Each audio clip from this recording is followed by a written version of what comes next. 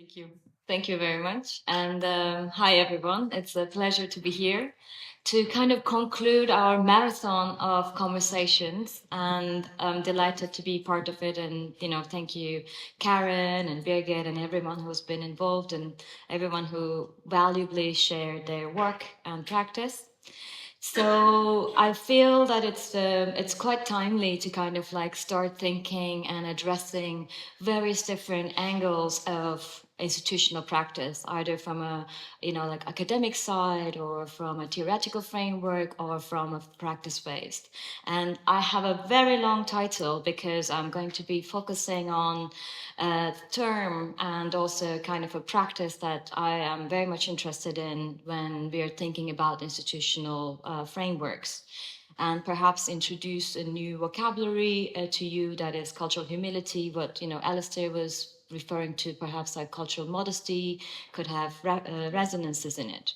I mean, you don't really need me to kind of like go through the fact that we are living in a crisis in its plural form, but in this brave new world that we exist, we are encircled by uncertainty, anger, fear of loss, and that it is almost like we were discussing on our lunches and dinners, the fact that we are actually living in a time now where it is almost that uncertainty is like a baseline voice. It's that kind of like drumming, bit like Tanya Brugera's brrr.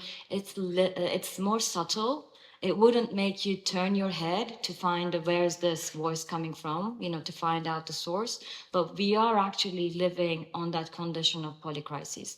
And I think we really need to kind of like approach to our practices and ways of being and our righteousness from that perspective of that shared ground of, unknowing and uncertainty. So it is very hard also that we are really kind of like trying to make peace with the loss that we are living through and the change that, like that, what every change brings. So something that I want to really kind of like discuss, because that is also that we've all touched upon the conception of power, status, or control. I do think that they are actually also in the process of change, and they're actually going through an evolutionary phase. Like Bernadette's question in that regard was like quite poignant and urgent, that we need to attend to our new vocabulary, or we need to kind of like perhaps really align with how we are loosening control when we're changing our frameworks, when we're changing our mindsets. Same thing for power that Alistair was also referring to. How can we kind of like decentralize the conception of power, that it is no longer the force of making others do what you want, what you need, what you demand, request, command, but it is perhaps the kind of ability or agility to appreciate, agility to emancipate what others need and the ability to provide it to them. So is in that sense a more kind of like distributed form, but it's also a way of thinking of power akin to energy, energy in flow. It is not centralized, it's not concentrated, and it doesn't necessarily, throw down castles, but it is perhaps more distributed and disseminated, that everyone has that agency, has that power to make that change that we are all aligned to see. And the last one is also status. There is a really important book on research on status. It's called Status Games by Will Storr.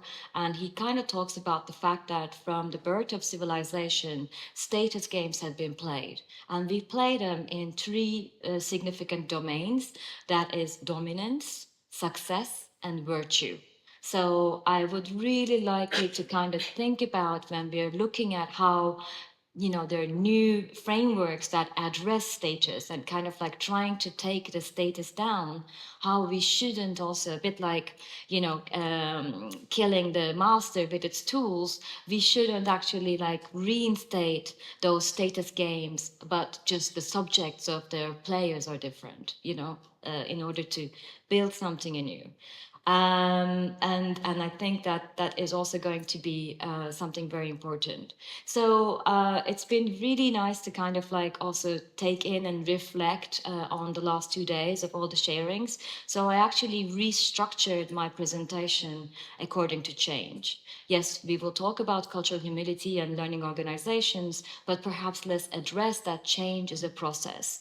And once we accept, and we also discussed it yesterday, once we accept the loss of how things can no longer be the way they have been, because change needs to happen, then we need to kind of approach that with reinstating values and principles to be then profiling a clear process and developing tools and guidance to then build a cohesive alignment of all parties that actually address the necessity of change and building it into embedding it into cognitive practice.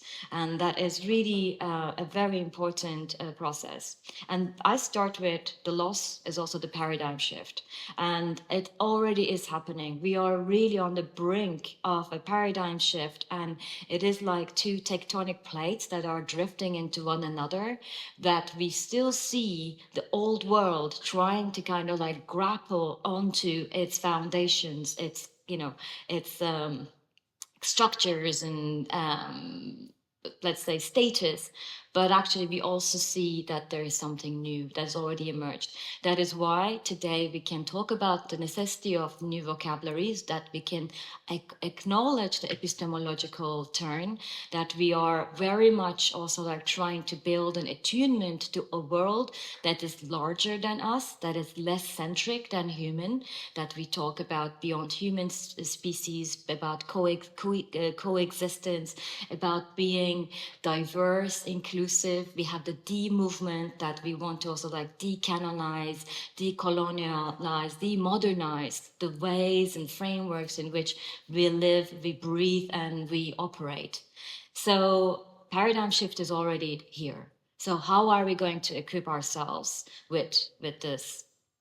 I wanted to bring some key concepts that are really key also for my work when I was building this model for art institutions.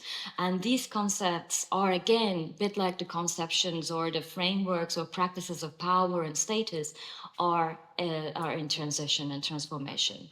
First of all, the local, something that we didn't mention so much, but we were talking just this morning, that the local is no longer defined by geographical proximity, that thanks to the mass adoption of the internet, now there are communities that are being formed that could have a sense of local that is trans-geographical, trans-national, trans-religious, because they align around the same cause, around the same value. So we need to then think about the local of the institution as not something that is the neighbor that lives next door, but actually the kind of the audiences, the outreach that is based elsewhere. Like all of us here in this room today, we all come from different places of Denmark or elsewhere, but we could be part of Trapholt's local.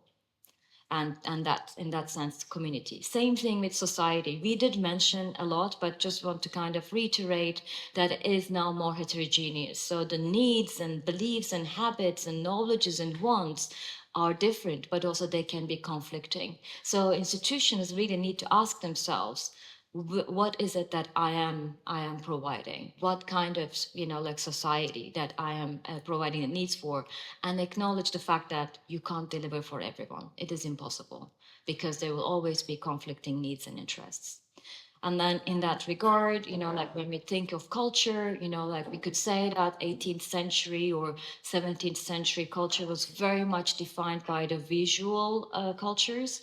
But today, visual cultures is only a subdomain of a global culture where everyone is a contributor, thanks to the mass adoption of our individual gadgets of connection and then all these social platforms. In that sense, then we also look at like how knowledge is now becoming not something static and enclosed that is in the archives and the collections, but it is actually something that is evolving, shape-shifting, and dynamic. So that when we think about how we engage with our collections, we can no longer just treat them as stale and stagnant objects of resonance or remembrance. And I want to also kind of like bring your attention to other two things that are very important for us to consider is artistic production is changing and the notion of art is changing as well. You know, how we relate to art, how we access to art. It's not always in that physical encounter, or it's not always in the kind of a one-to-one meeting, but it's also in the discourse or it's in the context. And that the artists are employing different forms of working, different materials, new technologies, but also collaboration. Many studios include designers or coders or architects in order to execute that artistic vision. So these are all like snippets because I have quite a long slide and I'll really try to be on top of my timeline. Is that so action with value, something I want to bring to your attention is something very dear to me and that I started during the lockdowns with two other artists, Anne Hardy and Lindsay Sears. It's called Frank Fair Artist Pay. We are thinking of changing our name because we are not only working for the artists, but we are interested in leveling up, bettering fair practice in the arts in the UK arts ecology.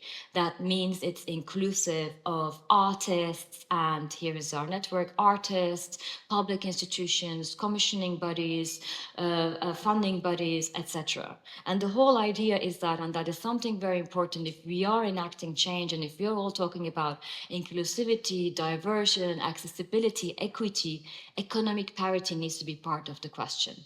And for that, we need to embed fair remuneration, fair contracts, fair management, fair representation, and fair working conditions. And that is not only when we work with artists, but also that's when the institution also works with teams, the artists, the collaborators, the participants. So what we do is we actually develop tools, and it is really, and also we have clear values and principles or principles and guidance that gives people an outline of how to embed fair practice into their mindset, because we have to change the conversation.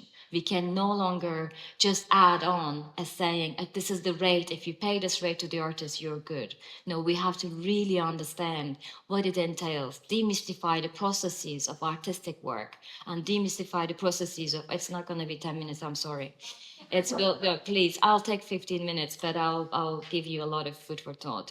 So defining process. This is something I wanted to really bring. It's just about, I'm really sorry because I thought I have half an hour, not 20 minutes. So this is something that I've been speculating about and I'm critical about. And I feel being in this room the last few days, maybe my corners can soften up a bit. Maybe we don't need to build one ideal art institutional framework. Maybe there will be multiple manifestations and multiple frameworks. So my scenario that I was critical about is like, if the institution is so funder dependent, then what will be the difference of member clubs? Think about future speculations. Who will be the kind of like the voice that we hear in that institution?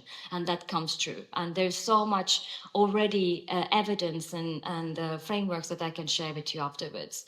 Or if it's like dependent on popularity, what is the difference between shopping malls or the community informed art institutions? You know, like Alistair is talking about arte utile and the useful art, but I'm also, I know we talked a lot about like that community centrism, but what about the NGOs? Sometimes NGOs do that work better. There was a mention yesterday that the museum team was also training for social practice and other things, because that is very important. We really need to match what are the skill sets that we include in the institution to then marry the outcomes of our institution. You know, otherwise it is a huge demand on the institutional energy and labor. And something I want to really mention is that I am an artist curator. the reason I'm here today is because of artists and because of art. So when I think of institutional practices, my solution and this book that suggests a model that can be applied to any organizational model that wants to become a shopping mall like structure or an NGO or like an airport. But for me, art institution needs to honor the art in its title. So I have been looking at how could I build a model, an understanding that actually kind of reinstates the core purpose of institutions. And my suggestion is that it becomes art informed in the sense that the core purpose is supporting artists, advancing the arts, and furthering the discourse. And there is like these things I can go really fast, which is we are all aware of that the art institutions are struggling with and grappling under the weight of the lineage of power dependency. This mixed economy model is an outcome of this power dependency of being dependent to state, funding bodies, ticketed income, etc. So how can we create a financial, operational, and artistic autonomy in the institutions that will also start with looking at our structures? And this kind of like pyramidic hierarchical structures are perhaps not really fit for purpose anymore for an art institution to build a sense of agency and also autonomy in its own framework. We can really discuss this later. I'm sorry, I'll be mindful of the time, but I'm really looking at how we could then, like transform the hierarchy of support, these tiered patrons and frameworks of giving, to distributed and non-hierarchical frameworks of support. Something that I was talking to Karen about is this like kind of subscriber model. Instead of having 10 patrons or supporters or the state that funds the organization, what if 1,000 or 10,000 people at a smaller amount that don't need to have that kind of cultural societal privilege that support the institution? But that support is not also in that kind of like traditional understanding of philanthropy. It is about cohesion, of like, it's about being together and supporting one another, that it's about symbiotic partnerships, that our collaboration, our conversation changes both of us. And this is the main topic that I wanted to bring to your attention, because once you identify the core purpose, it is very important to also then identify what kind of mindset do we need institutions to have in order to action the core purpose? And that is to become a learning organization. My ideal is to even become an improvisational organization that we can explore. And there's a lot of academic research done in this framework. But a learning organization, what happens there is it becomes innovative and open. It becomes well-informed and curious. It listens, digests, or elaborates, and it is responsive than reactive. I'll go into some details of the academic research, but something that is matched with that learning organization almost like becomes compulsory is to replace the institutional position as cultural authority of here, come true, learn, to cultural humility, that it is that learning is multidirectional and that there is listening part of it, or inclusive representation, etc. So there is some like I'll stay a bit more here. Like 5 core strategic building blocks for learning for institutions are initially to have clarity and support for the values and vision. I mean, initially this was mission and vision, but I really kind of think that values will be the scaffolding for the 21st century institutions. Doesn't matter if it's in the arts or other sectors.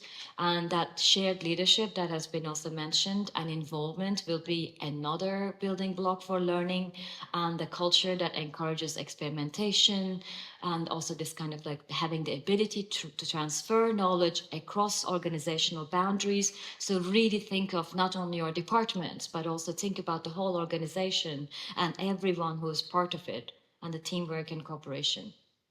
So it is a multidimensional construct. It is not only just like you have, like a 1 hour a month learning session, and then you can continue the works as you're used to, but you have to, as an organization, commit to continuous learning. At the moment, I'm building a new institution, and I'm really exploring to kind of commit 40 to 45% of organizational labor, energy, and time to be based on learning. Either it's through skilling, upskilling, training on self-management, conflict resolution, but also research and development. Inquiry and dialogue would be very important to kind of instill a culture for questioning, feedback, experimentation, or to have kind of instill spirit of collaboration and skills to team learning. And that empowerment was also mentioned a lot, but it's really about building processes to create and share a collective vision, and also getting feedback from everyone that you work with. What are the gaps between now and where you want to go? And then to embed that into systems. So it is not only that you can do learning really well, but think about the aftermath of you being in that organization. How can that organization can still stand in its foundations, so that you have to capture and share the learning and build that system connection, which also then links to the global thinking. You know, how do you learn internally and how do you learn externally? So it is almost like an osmotic connection. And that needs a strategic leadership, not necessarily having one person at the top, but having strategies to approach learning that to create change or investigate new directions for the institution. So this is like a bit of an interesting diagram that almost like summarizes everything. But in the core of becoming a learning organization, what happens is that the action imperatives need to have practical implications. And that team learning coupled with vision, mental models, the personal mastery, and the systems thinking will then lead to adaptive capacity and generativity to create alternative features. Coming to cultural humility is, in that sense, follows on to this idea of there's a triangulation. This is a work by Jessica Tai. She has been looking at how cultural humility, which was initially coined in health sciences, looking at how the health practitioners supported the patients and everyone that they worked with. But it's really about institutional accountability, life learning, and critical self-reflection, these buildings, feedback loops. We were talking about cybernetics, how to prevent bad things to happen again. We need to think about these embedded frameworks, and also recognizing and challenging the power imbalances in the systems and structures that we work with. So there is definitely an important shift then to kind of like cultural competence to cultural humility, because this was also mentioned before. It's also about acknowledging or accepting that we don't know everything. It doesn't matter. You can be a director or, another member of staff, that you also kind of acknowledge that not knowing is also part of your frameworks, and as well as these kind of like honesty about the inherent biases, perhaps that will enable us to do the decolonization in the museums better. This is the last kind of slide, but this is more of a general framework. But I think it's so important. And in the book, I'm not only looking within the sector, but also outside the sector, looking at organizational structural transformation in history, but also at the same time 21st century economic theories. And this donut framework, maybe you're familiar with, is by Kate Raworth. She's an economist from Oxford University, and she developed this idea of donut economics. I will do that 5 minutes, perfect. I will be in 3. Thank you so much for the patience. Is that what she mapped is that inside is the safe space and just space for humanity, where there is a leveled providence of energy, water, food, health, education, social equity, political value, housing, etc. And the outside of the donut is the ecological ceiling, where the climate change or ocean acidification or freshwater withdrawals or land conversion are unbalanced. And the next one is where we are today. So there is definitely a lot of injustice happening in society, but also environmentally. And that is where the alarm bells ring. That's when the Swiss, Swiss Alps village gets flooded overnight. So what we need to do is perhaps we also need to change the mindset in the way in which we run and instigate our institutions. And I'm borrowing the term from economy. Degenerative economic mindset is about when you put a little value and expect the maximum outcome.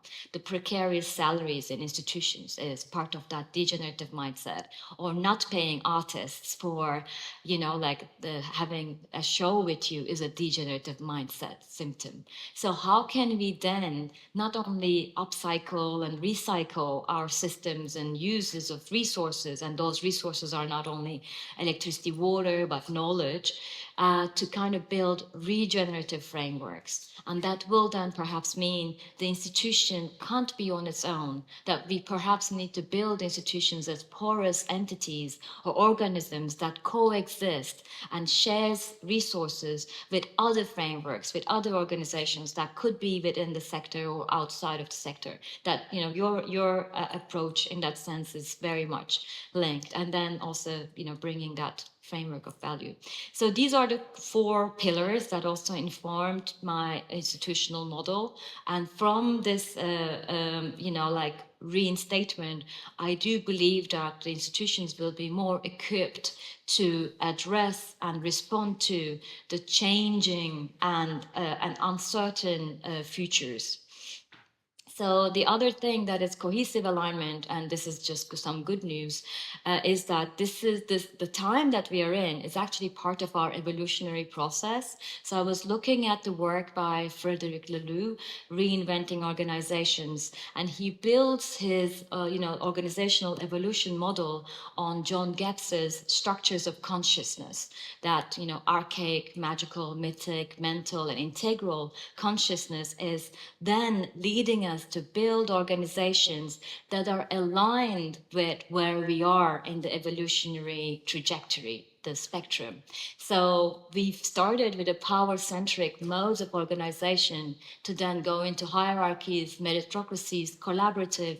And he suggests that the next evolutionary phase that we have entered is the evolutionary model, where there is wholeness, self-management, and evolutionary purpose to which people organize and deliver together.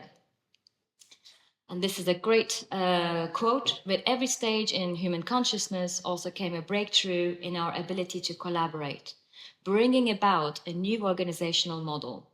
Organizations as we know them today are simply the expressions of our current worldview, our current stage of development.